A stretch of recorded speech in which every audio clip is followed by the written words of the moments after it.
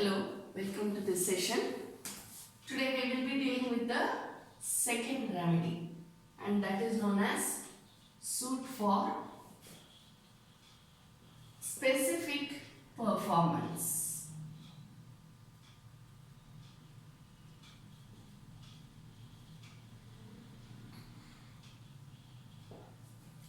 Suit for specific performance. Performance we have already dealt with. It will be the whole or the part. Okay, and when part shall be deemed to be whole. We know all this, right? So when we are talking about specific performance, here we have to think of the word specific. This is important for you to observe when you are dealing with a case. This is very, very important. Suit for specific performance. It's not for performance, it's for specific performance. What is specific? How you will determine what is specific? Again, you have to go back to the performance part. Whether it is a whole performance or whether it is the part performance, or whether it is the deemed whole performance. When a part shall be deemed to be a whole, whether it is that type of performance or this type of performance or just a part performance. Okay? So first thing, when you are talking about specific, you should see what type of performance, whether it is whole or part deemed to be whole.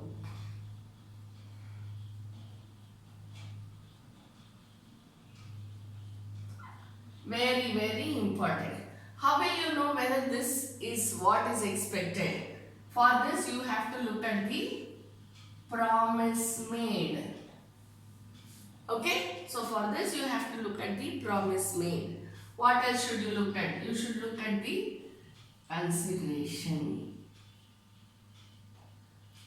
See, again we go back to the same thing. Why do you think you should look at promise and consideration at this part? You have to look at promise because you should know whether it is whole or part deemed to be whole. Why you should look at consideration?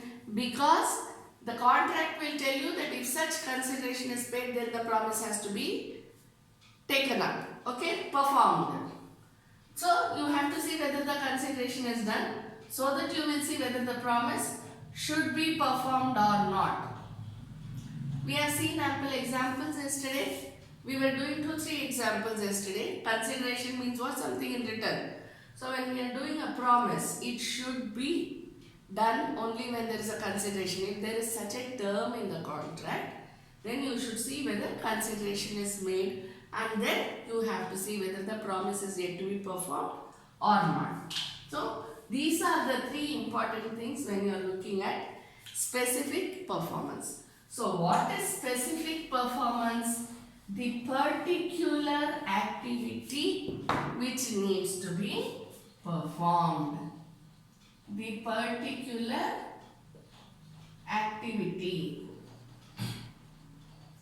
See, when we say activity, it is not necessarily that I should be building something, I should be signing something, nothing like that. My mere act of giving money to the other party also is deemed to be an activity. So it is a particular activity. What type of particular activity? It is the particular activity which has been promised.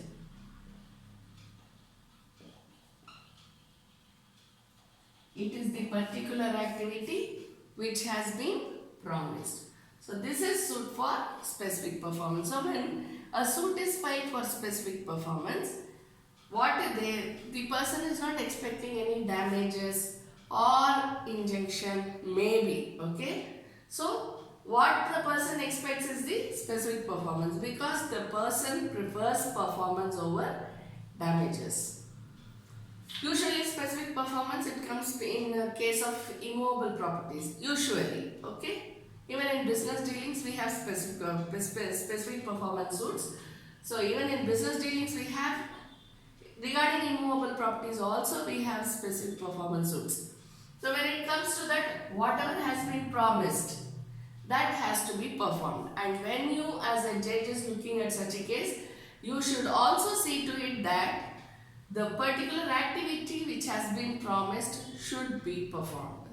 We'll take up the same example of builder. most suitable. The builder has to give the flat. So I don't know how many of you have attended consumer forums, but I suppose some of the cases, almost all the cases, half of the cases in a consumer forum deal with such cases, right? Because it shows deficiency of service. Okay, so builder has to give the flat, he has sold it to somebody else. Now what does the purchaser want? He says, I have given you money, therefore you give me the flat which I had booked. Understand? So in that case, the person will file a civil case for specific performance. In consumer court, it will be for deficiency of service, but when it is going to be a specific performance suit, it will be before the civil court. Clear? So in such a case, it will be the purchaser will say, if the builder says, no, not this flat, I'll give you some other flat. The purchaser, unless he is ready, will not accept it. He will say, no, I want this specific performance only. I want this particular flat only. Understand? So in that case, you have to look at the facts of the case and the evidence on hand, and then you have to decide about the specific performance. Clear? Then we go to the next remedy.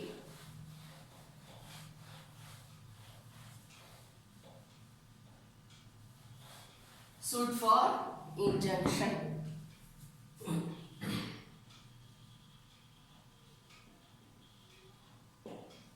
What's an injunction? Injunction is a restraining order.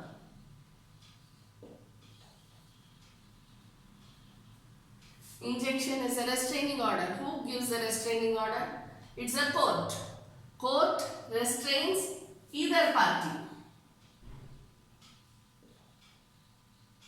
from doing or not doing something.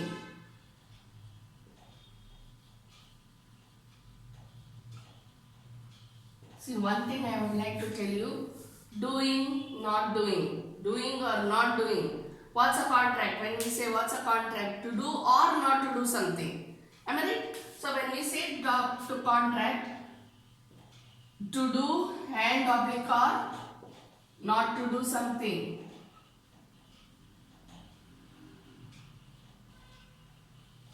Why do you say this and oblique or? This is very important because in law, when you are writing something, please be very careful about how you write, what you write. Clear? Because you have to be particular. You are all going to be judges. So you have to write to do and oblique or not to do something. You cannot straight away say to do and not to do something. You cannot straight away say to do or not to do something. This is not your LLB classes. So how you will be writing to do and oblique or not to do something? Because certain contracts will say do this, don't do this. Certain contract will say you should do this, you should not do this. Some contracts will be you should do this, you should not do this. So there will be a permutation combination of doing and not doing. Sometimes it will be only doing, sometimes it is only not doing. So the contract may contain something which you should only do. There is nothing dealing with not to do. But in some of the contracts, if you see, it says that you should not do all this, right? But in some of the contract, what you see is you should do this but don't do this. That is how it is written in contracts. Say, take for example the college application. See, contract is not very big thing. It can be between individuals, it can be between companies and individuals. Any type of contract is okay. Between any artificial person or natural person, it is okay, right? So even a slip of paper, even a bill acts as a contract. Am I right? We have seen it in the types of contract. Even a bill acts as a contract. When I say a bill, what shopkeeper gives, what you get it out of the business dealings, the receipts which you pay out of the bills for telephone, electricity, whatnot. All these are all contracts, right? So when you are doing see even your college application form, appointment letter. Appointment letter is a contract. That is why you have the right to sue in the labor court based on the appointment letter. Clear? So everything like that is a contract. You just go through all these things so that you will remember. It is not necessarily a particular piece of paper which is happening between companies. Nothing like that. Even an appointment letter is a contract. A small bill is a contract.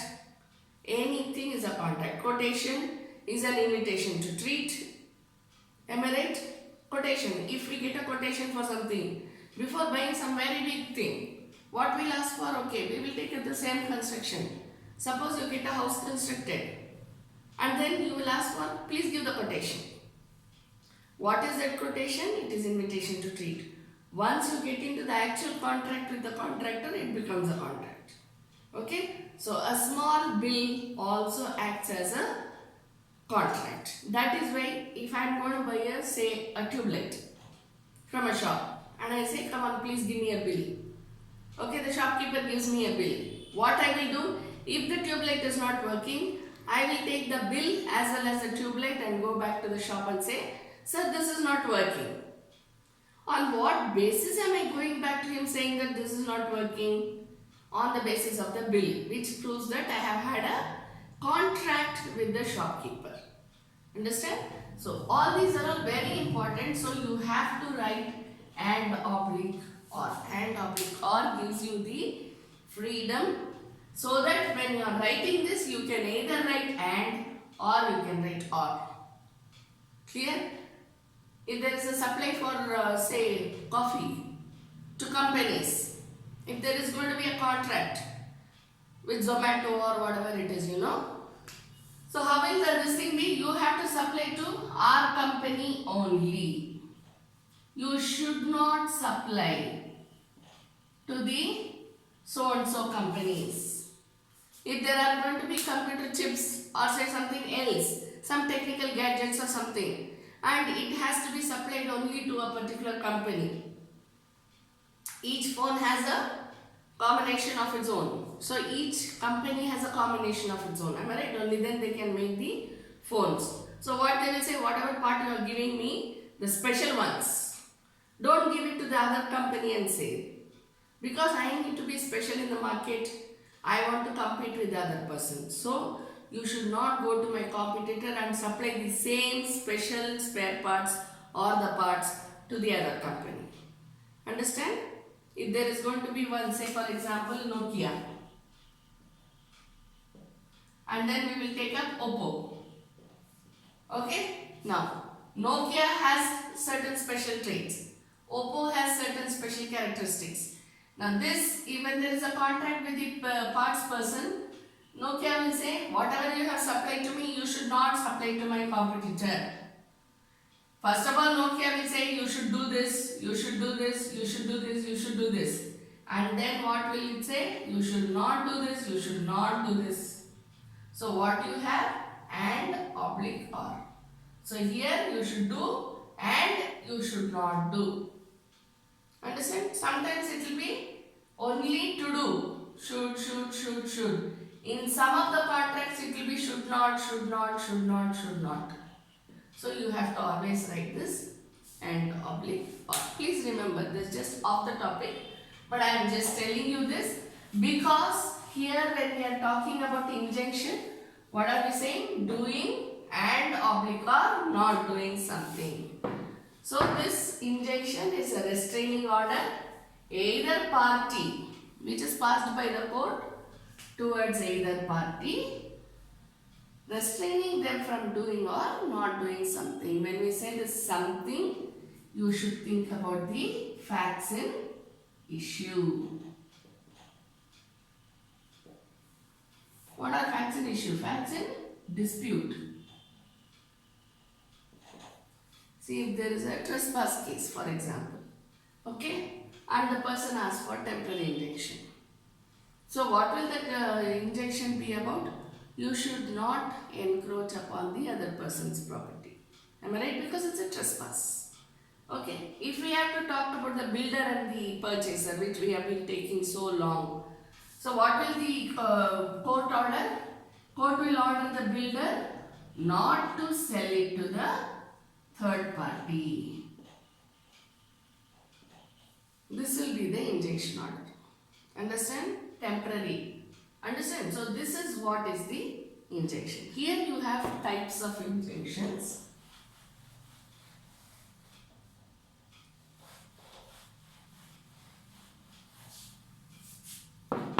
Temporary injunction,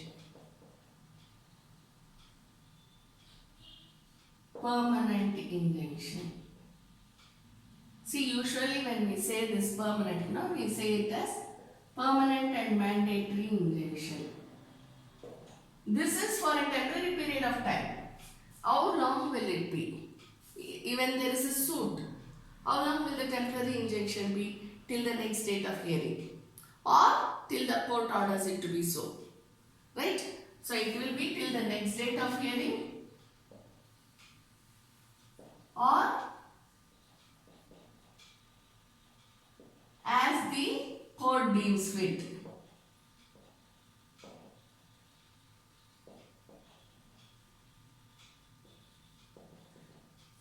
Clear? But it will be for a short period of time. Whereas permanent and mandatory injunction, it is for a fairly long period of time. Sometimes what does the judge say? The judge will order for permanent injunction towards the end of the case. When that end of the case or during the case itself, till the end of the case, this injunction will survive. If that is given, then it is known as permanent injunction. Mandatory injunction means it is compulsory injunction. Now we will just stop it with this, because in specific relief act, again we will be dealing with the same topic. So that time I will tell you in detail exactly what is permanent, what is mandatory, what is temporary and all that. For now you remember only this. Clear? Then next we go to the suit for quantum merit. Third one is the suit for injunction. The fourth one is the suit for quantum merit.